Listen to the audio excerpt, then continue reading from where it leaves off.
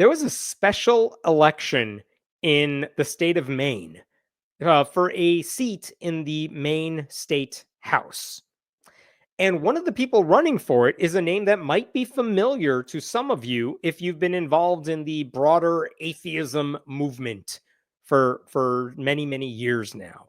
Okay? Because the Democrat who was running for that seat, his name is Sean Faircloth. And for 2 years, 2009 through like 2011, he was the executive director of the Secular Coalition for America. And if you're not familiar with the Secular Coalition for America, I will show you their website here. They are a lobbying group in Washington, D.C. to protect the equal rights of non-religious Americans, right? Like, this is a lobbying group in D.C. that works on behalf of secular Americans. And Sean Faircloth was the executive director of that organization for 2 years between 2009 and 2011. But that's not all. You know why he ended up taking that job? Because before that, he had actually served 5 terms in the Maine House and the Maine State Senate. So he had spent 5 terms doing state level politics. He decided he was looking for something different. He took on that job. And then in 2011, he decided to leave that job. He was on the Bangor, Maine City Council for 3 years, from 2014 to 2017. That included a brief stint as mayor, because I think they rotate between members of the council. In 2018, he announced he was going to run for governor of the state of Maine. But like a lot of people who announce that they're going to run for governor, he ended up dropping out. He just didn't have the money to really compete. So what has he been doing since then? Well, he works on community projects. He has gone to, I believe he's gone to like Poland or Ukraine to help Ukrainian refugees. I mean, his whole thing has been public service.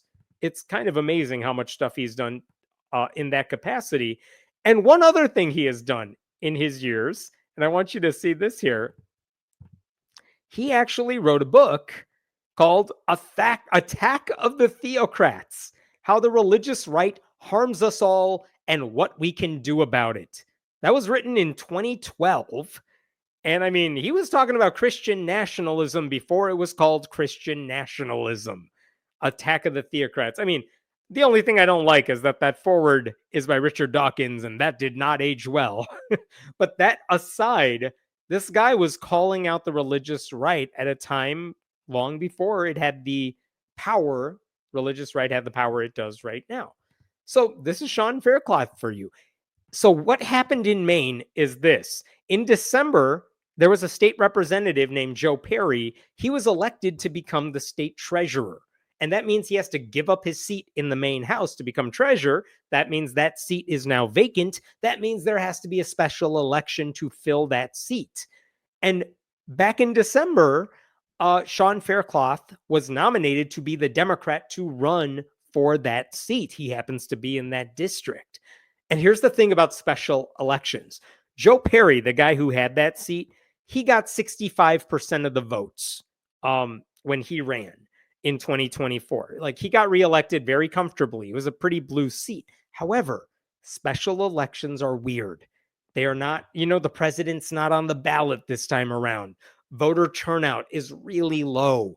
And also, it might be very soon to know if what's happening at the national level will have an impact on the local level. So even if you're thinking, well, all these people really hate Donald Trump and Elon Musk right now, we actually don't know if that's going to be felt until we start having some real elections. And like the biggest election this year, maybe like in Virginia, where they're having a gubernatorial election in November. That's a big one. So I don't know, state level, state house races, maybe they're not feeling what people are feeling at the national level. So I didn't know how this was going to go. I thought Sean had a chance of winning, but it wasn't a sure thing. And last night, on Tuesday night, when the results came in, guess what? Here's the way this race went. I'm going to remove myself here so you could see it. In the Maine special election for House District 24, Sean Faircloth not only won, look at the margin. Joe Perry, the guy before him, won with 65% of the vote. Sean Faircloth won with 72% of the vote. That is a 44-point gap between him and the Republican he was running against. That is unbelievable, just as a sign of, I don't know, Democratic power right now, but also kind of amazing that a guy with this resume, with Sean's resume, fighting the religious right, being a state rep, working for a atheist lobbying group, none of that all of that was good for him. You know what I mean? People wanted to vote for him, and most of them did. So Sean is going to return to the Maine House after spending so much time in it in the past. I mean, and this was not a meaningless race either. Democrats in the state house in Maine have a very slim 75 to 73 majority. They have a razor thin majority in the Maine House with, I think there's one independent there too. Sean Faircloth winning this seat makes it a little easier for Democrats to pass progressive legislation. And what does Sean Faircloth want to work on? This is what he said to a reporter. Let me pull this up here. He mentioned the climate, children's issues, women's rights, economic development, and affordable housing as pressing matters for Bangor and communities throughout Maine. I certainly feel strongly about making sure we have more affordable housing, Faircloth added.